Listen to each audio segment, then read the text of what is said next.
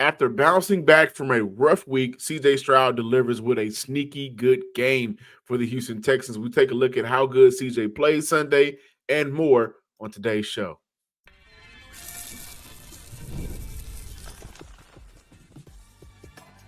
You are Locked On Texans, your daily podcast on the Houston Texans.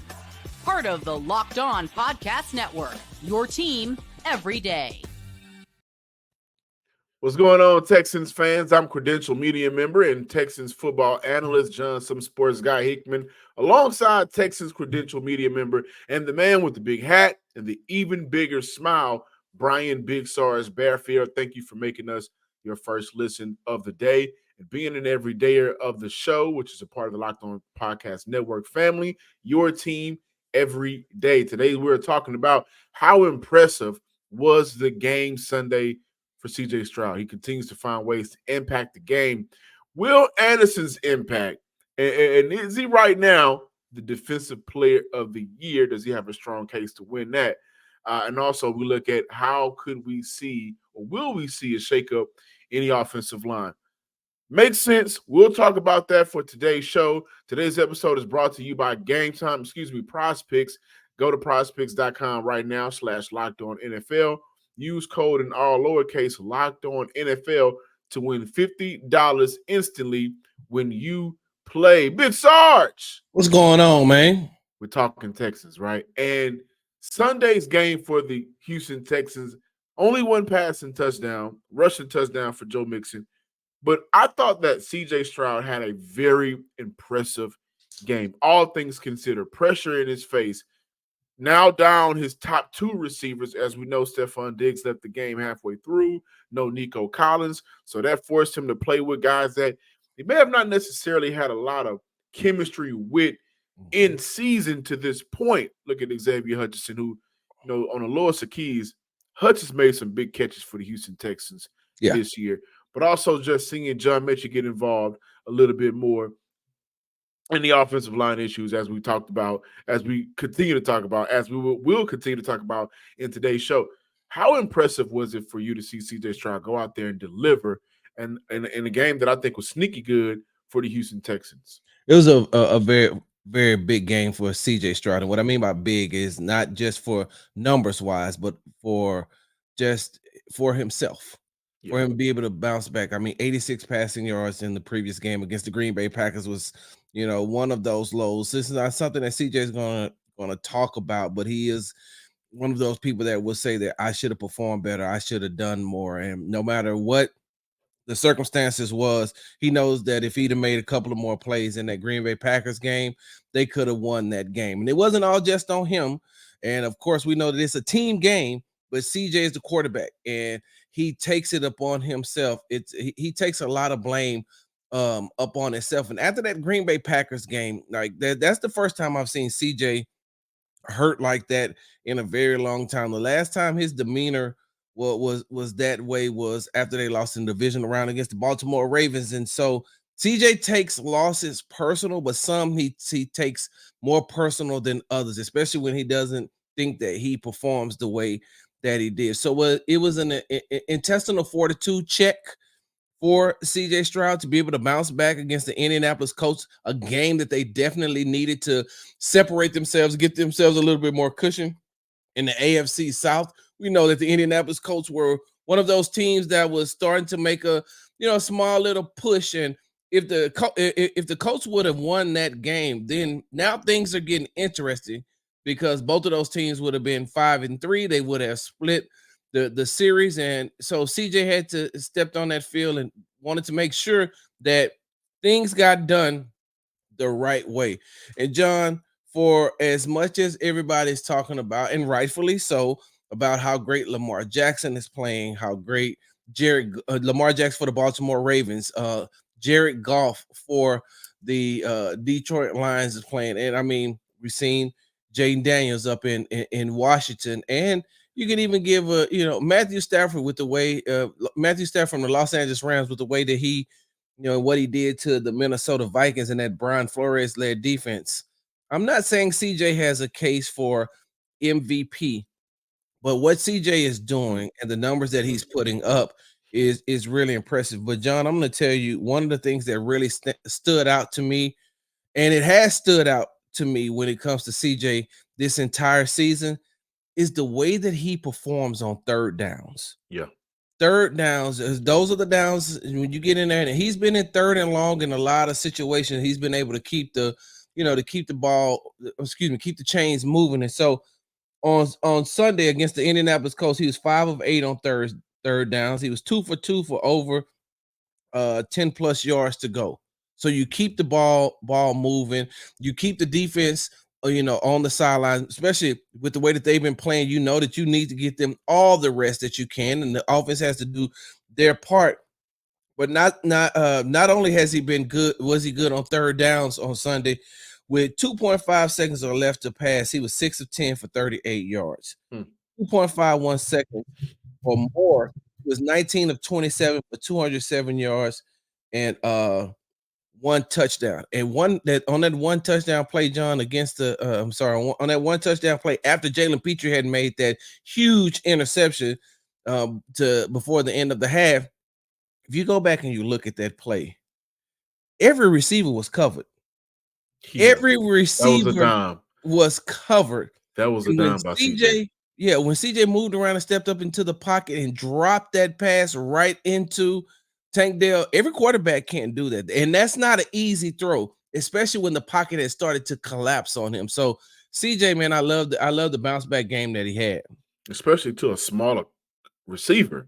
Yes. That was Nico. That would have been the expectation. But one thing that I love from CJ Stroud, and my biggest takeaway from him last week, the offensive line was god awful, but there were moments where we just said, hey, take what's underneath. Yeah. Take what's there. Take what the defense is giving you. And against the Green Bay Packers, when you look at the throws from 10 yards and under from the line of scrimmage, only 11 attempts compared to 22. Yeah. That's major because, hey, listen, I don't got a lot of time.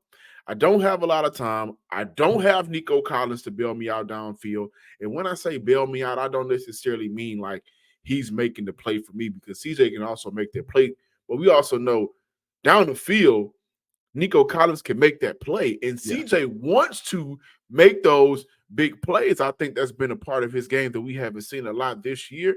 And I also think that's been a struggle of his because the limitations of I can't get the ball down the field as much as I want to, whether that be pressure or I'm not having Nico. So, coming out of that Green Bay Packers game, I said, hey, listen, offensive line was bad, but there was opportunities there for CJ to sustain drives as a quarterback. So we saw that double against the not in Green Bay Packers, but double against the this past game against the Colts, excuse me.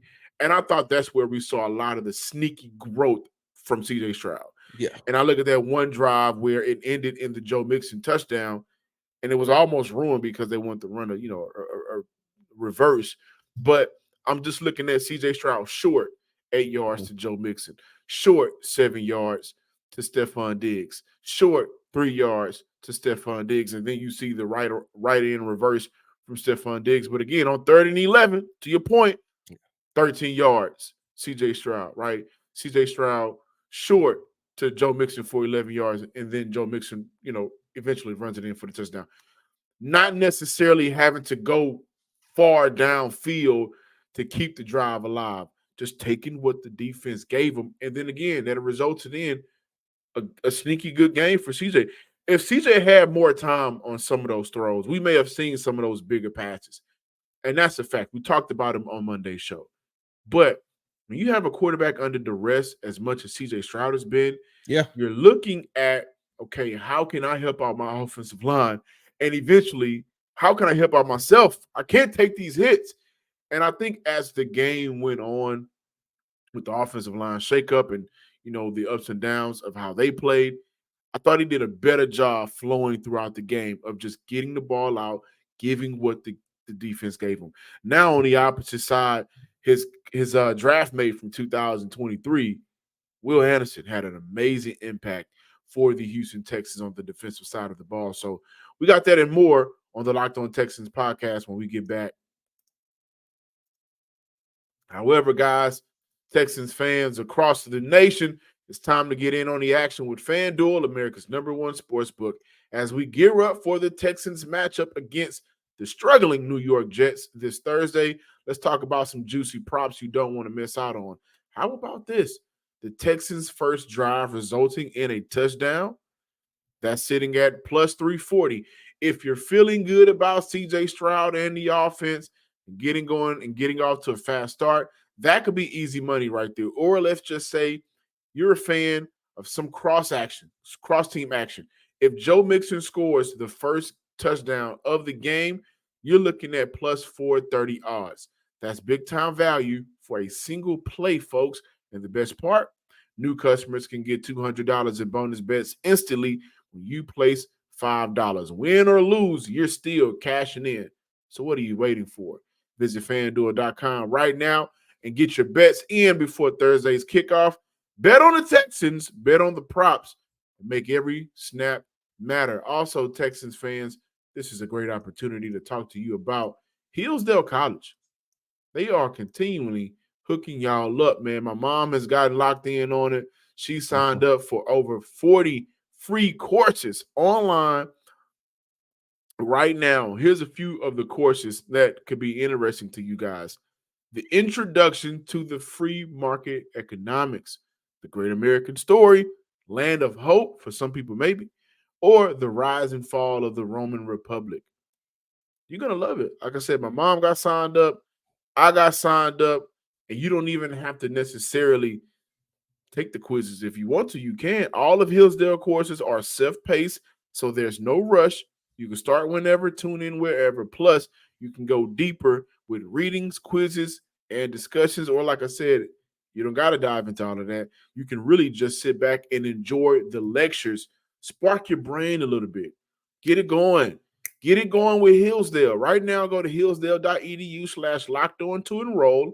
There's no cost, and it's easy to get started. That's hillsdale.edu/locked on to register today.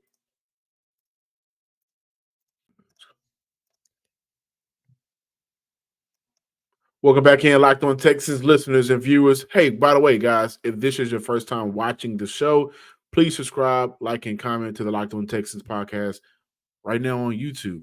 Now, as we continue to talk about the Houston Texans, Will Anderson, excuse me. We keep trying to combine these two Hey, players. listen, they play exactly the same. If you close your eyes and just point, you pointing at one of them. So yes, I do that all the time. I call him Will Hunter all the time, or Danielle Anderson Jr.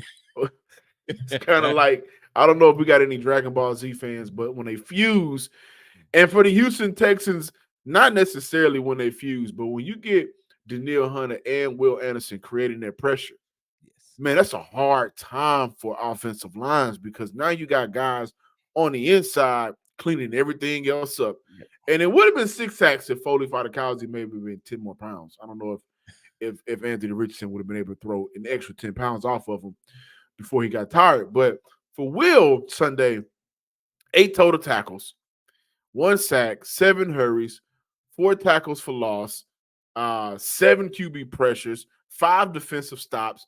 I mean, I think he had a monster day. And by the way, how many sacks has he had since he came on the show? I'm not saying we the good luck here, Sarge, but I am saying we may be the good luck. Right now, Will Anderson's impact for the Houston Texans in year 2, kind of like CJ Stroud's impact for the Houston Texans on the offensive side in year 2. You got a lot of different things going on, but yet and still, you are still the everyday coming to work. You are still the current star on that side of the ball. And for Will and his impact, I think right now we are seeing Danielle Hunter get a little bit more easier matchups because Will is getting it done. Yeah. But again, I think the guys on the inside are just absolutely feasting, whether that may be in a run game because Will gives you problems in the run game, whether that may be on 3rd and long, because if you got an edge like Will Anderson coming on that side, okay, for a quarterback, I got to step up. But now you got guys who are doing their job. They're not missing assignments. They're not trying to overplay the gap. They are where they're supposed to be, and they're able to create some of that pressure and get some of those sacks. And I think guys like Tim Settle, Foley has benefited from that. Autry will benefit from that now that he's back into the fold. How impactful has Will Anderson been for you in your mind for the Houston Texans, and is he currently a favorite to win Defensive Player of the Year? Let me start with that last question first. I have him making the All Pro team. Absolutely. I have him making All Pro. I don't know if he's a full candidate yet for Defensive Player of the Year. I think he's going to have to put just a little bit more on tape. I think that he's going to have to be as take his destructive nature up just a tad bit, and if he's able to perform in the later half of the season against some of those teams like the Kansas City Chiefs and Patrick Mahomes and the Baltimore Ravens and Lamar Jackson, and a couple of weeks here he has to play Jared Goff, someone who we talked about being a potential MVP candidate himself with the Detroit Lions. If he's able to step up and perform against those teams, then yes, we're looking at one of the top 3 candidates for Defensive Player of the Year. And the only reason I can't put him higher is because on Monday night, TJ Watt for the Pittsburgh Steelers reminded people of who he is. He had 7 tackles, 2 sacks, a strip sack, fumble, and fumble recovery. So as long as they're and it's crazy because when you mention the name Watt, the Houston Texans fans, they perk up a little bit because the first person they think of is 4-time Defensive Player of the Year in JJ Watt, and his brother TJ has just taken that and run with it. And so as I digress, when it comes to Will Anderson Jr., though, you're talking about the 2-time SEC Defensive Player of the Year. You're talking about a 2-time unanimous All-American. And the one right now, I'm sorry to cut you off. Right now, the Houston Texans are number 2 on defense in the NFL at 280. Number 3 sacks on defense with 27.5, and Will Anderson leads the way for the Houston Texans with 7.5. And he's tied for 3rd in the league. I think the league leader is Dexter Lawrence at 9. And so Will is right there knocking on the door to be the leader in sacks. And that's a lot. And that's a big jump from your rookie year to your 2nd year in the league. The one thing that I think that Will has benefited from by not only being drafted by the Houston Texans and being under a defensive-minded head coach like DeMeco Ryans, but in 2 years, in his first 2 years in the league, he's had an opportunity to learn from a Jonathan Grenard, who is now with the Minnesota Vikings, who had 12.5 sacks last year, and Danielle Hunter, one of the best edge rushers in the game, and the way that he approaches the game and the way that he plays the game. And both of those players, both of those veterans looked at Will Anderson and knew that he had something. And JG was like, that was like, to this day, they're still like really close. And Will, Will doesn't have any brothers, so he calls JG his brother. He calls Danielle Hunter his brother.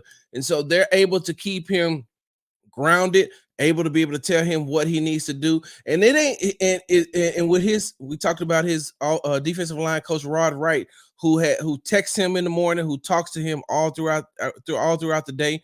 And that helps motivate Will Anderson Jr. And I'm going to be honest with you. Will is probably one of the hardest working players on the Houston Texans. And what I mean by one of the hardest working, like, they have to tell him to go home sometime because he's always looking to improve on his craft. And him taking that, he told me a couple of weeks ago, he said playing that wide 9 has really helped him out a whole lot. He said he had the option to play last year, but because he was a rookie, he was still learning. He wasn't as comfortable with it just yet, but now he's getting those tackles on the one-on-one island, and you're not going to contain him on a one-on-one. You may beat him a play, but you're not going to beat him consecutive plays. And the amount of pressure that he puts on coming from either side of the ball it doesn't always have to be a sack, but he's always in the vicinity, always around where the ball is. John, on Sunday against the Indianapolis Colts, you and I sit 2 seats away from each other.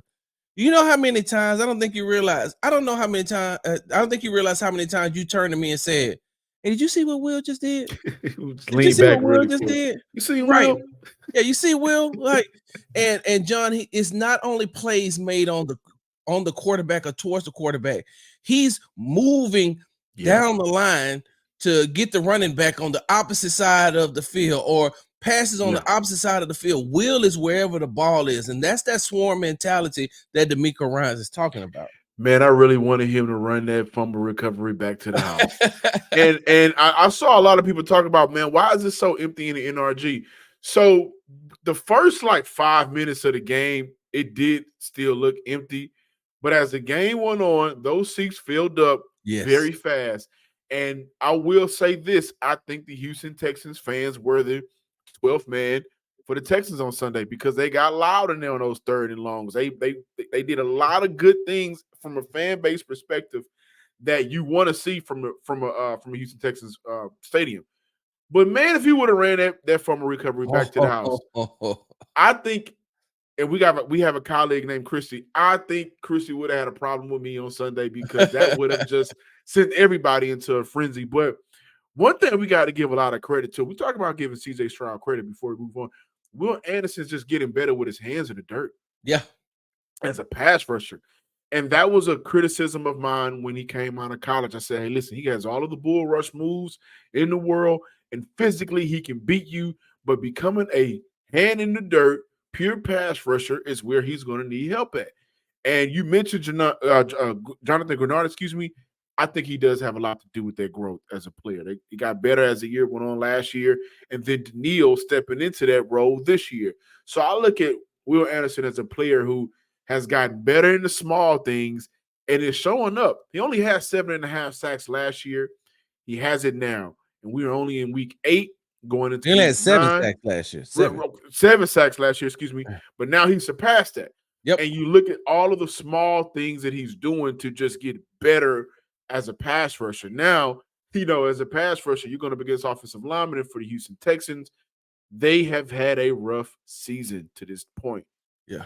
Does it make sense for the Houston Texans to look at the landscape of their line, the players in their room, and say, hey, we got to make a change? So, Sarge, that's what we're going to close off on. Does the Houston Texans make a change this Thursday as they get ready to take on the New York Jets? However, Texans fans, listen up. If you're looking to make this game a little bit more exciting this week, PrizePicks has you covered. It's the most straightforward way to play daily fantasy sports. No competing against others. It's just you versus the numbers.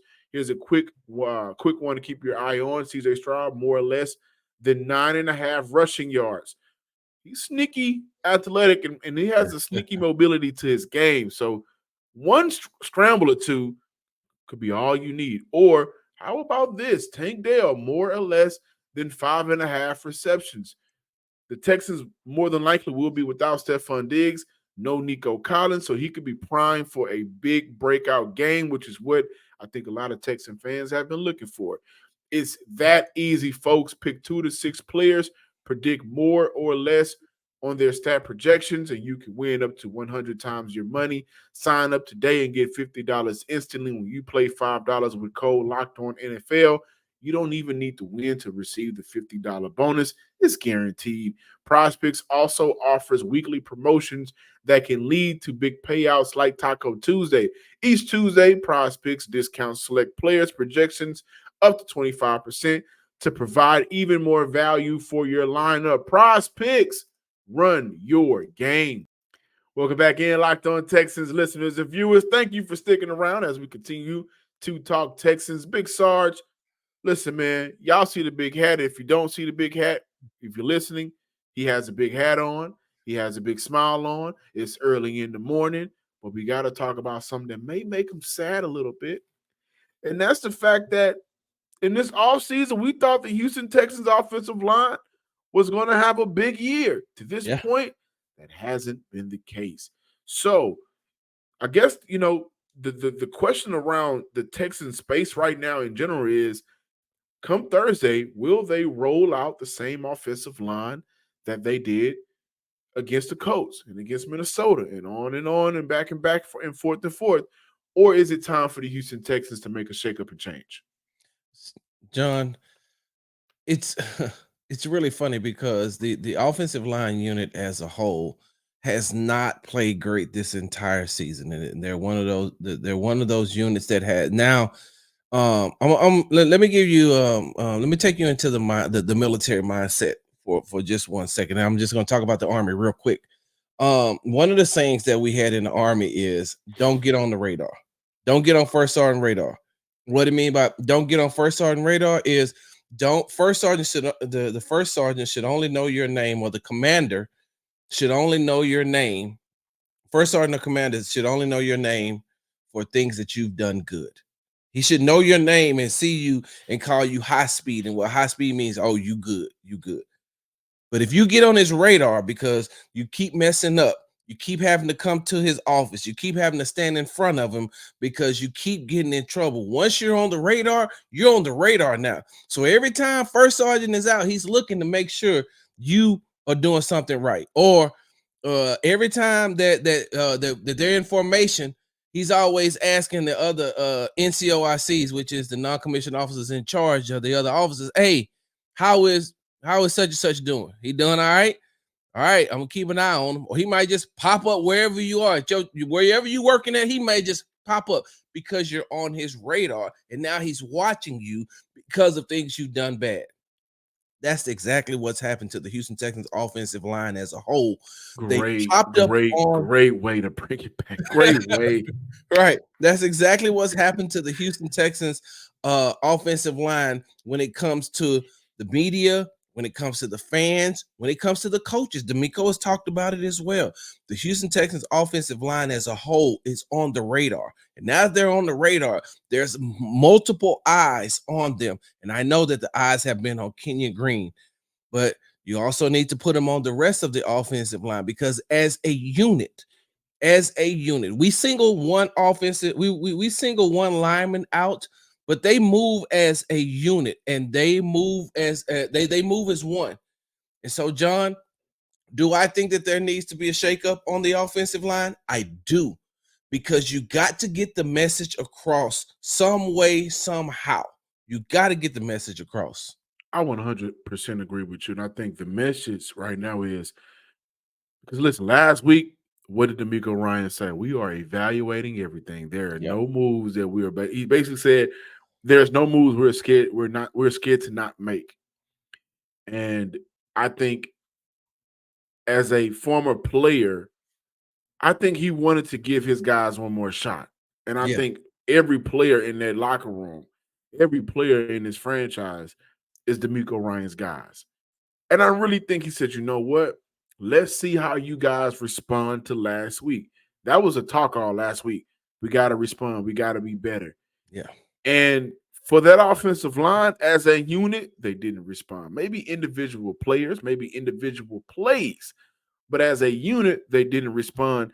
And to your point, it got to the place where Green was just on everybody's radar. Yeah. It wasn't even Green and Juice, but for Green, it was just like, man, we can't allow you to keep being a reason why we can't put up a lot of these these positive plays. And they snatched him.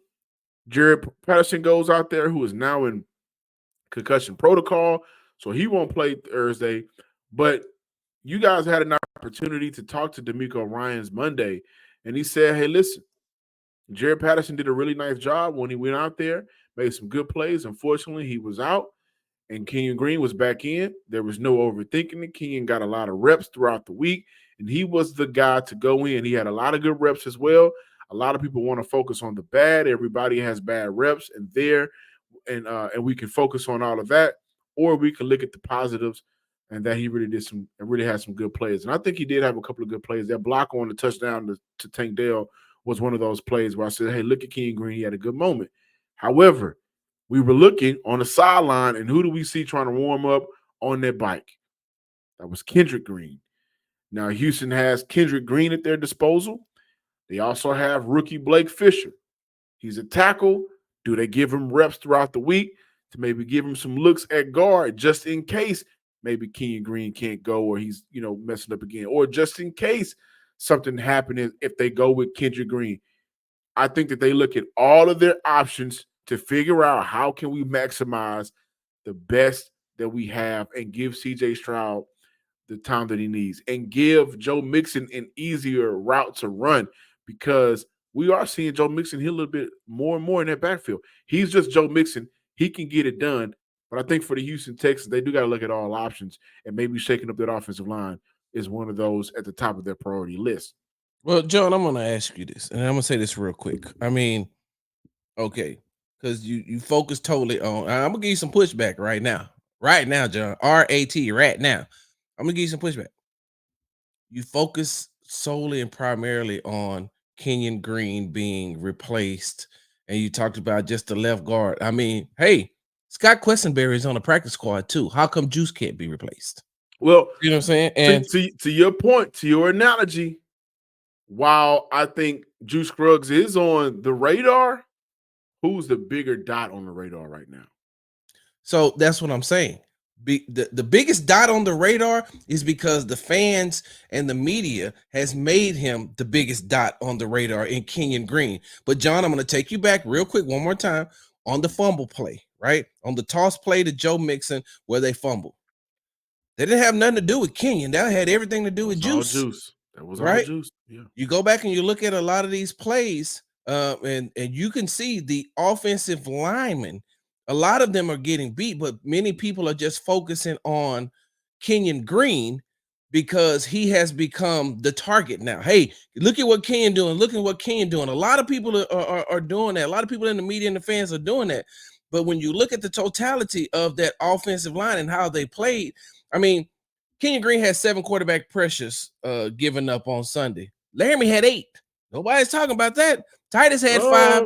Juice had 5. I did mention that Monday. Laramie have a good game. Well, I understand that, but that's all I'm saying is that, so I mean, you got Scott Quessenberry on here too, and I know nobody is advocating because I know in the YouTube comments they're gonna be like, Sarge, ain't no way nobody gonna put in Quessenberry. But if we're just talking about replacing people, I mean, maybe, hey, look, Nick Broker's on the roster. How come he can't replace Shaq Mason?